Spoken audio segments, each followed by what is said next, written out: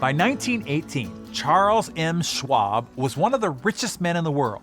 Schwab was at the time president of Bethlehem Steel Corporation, the largest shipbuilder and second largest steel producer in America at the time. The famous inventor Thomas Edison once referred to Schwab as the master hustler. He was constantly seeking an edge over the competition. So one day in 1918, in his quest to increase the efficiency and effectiveness of his team and discover better ways to get things done, Schwab arranged a meeting with a highly respected productivity consultant named Ivy Lee. Now, Lee was a successful businessman in his own right, so he wasn't just a life coach. He was actually a practitioner doing the thing that he was going to suggest that Schwab do. As the story goes, Schwab brought Lee into his office and said, "Show me a way to get more things done. Give me 15 minutes with each of your executives," Lee replied. "How much will it cost me?" Schwab asked. "Nothing," Lee said, "unless it works. After 3 months, you can send me a check for whatever you feel it's worth to you." During his 15 minutes with each executive, Lee explained his simple method for achieving peak productivity.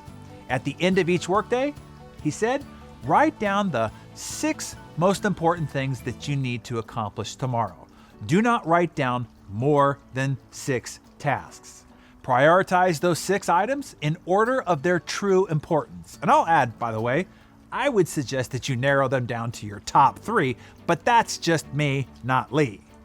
When you arrive tomorrow, concentrate only on the first task.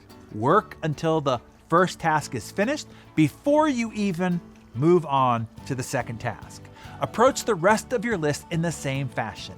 At the end of the day, move any unfinished items from your list of 6 and transfer them to the list for the following day. Repeat this process every workday. The strategy sounded so simple, but Schwab and his executive team at Bethlehem Steel gave it a try anyway. After 3 months, Schwab was so delighted with the progress his company had made that he called Lee into his office and wrote him a check for $25,000. Now, a check of $25,000 written in 1918 is the equivalent of a $400,000 check in today's terms. Wow. Let's just say that's a heck of a lot more than you pay for everything that's packed into the insane productivity curriculum.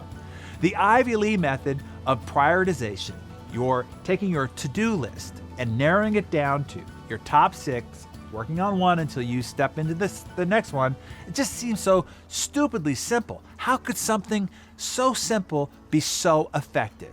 Here's how. Precisely because it is simple. Simple enough to actually work. You see, complexity causes confusion and paralysis.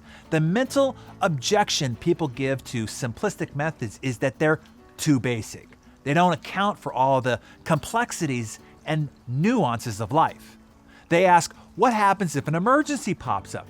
What about using the latest technology to our fullest advantage? Sure, emergencies and unexpected distractions will come up, but see them as the siren's call of the sea nymphs, whose intention is to cause you to productively shipwreck on the rocks. So put the beeswax in your ears, tie yourself to a mast, whatever it takes to ignore them as much as possible. Here's the key.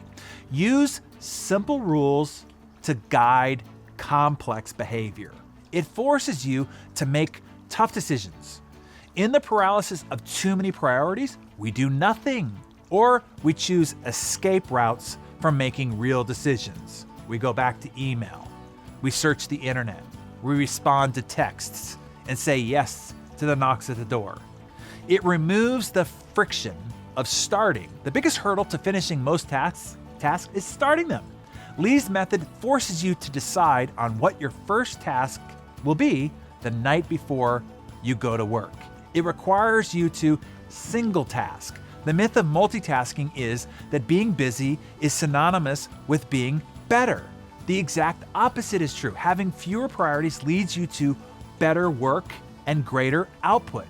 Study world-class experts in nearly any field, athletes, artists, scientists, teachers, CEOs, and you will discover one characteristic runs through all of them: focus. The reason is simple. You can't be great at one task if you're constantly fracturing your attention, your capacity, and your time in 10 different directions. Mastery requires focus and consistency.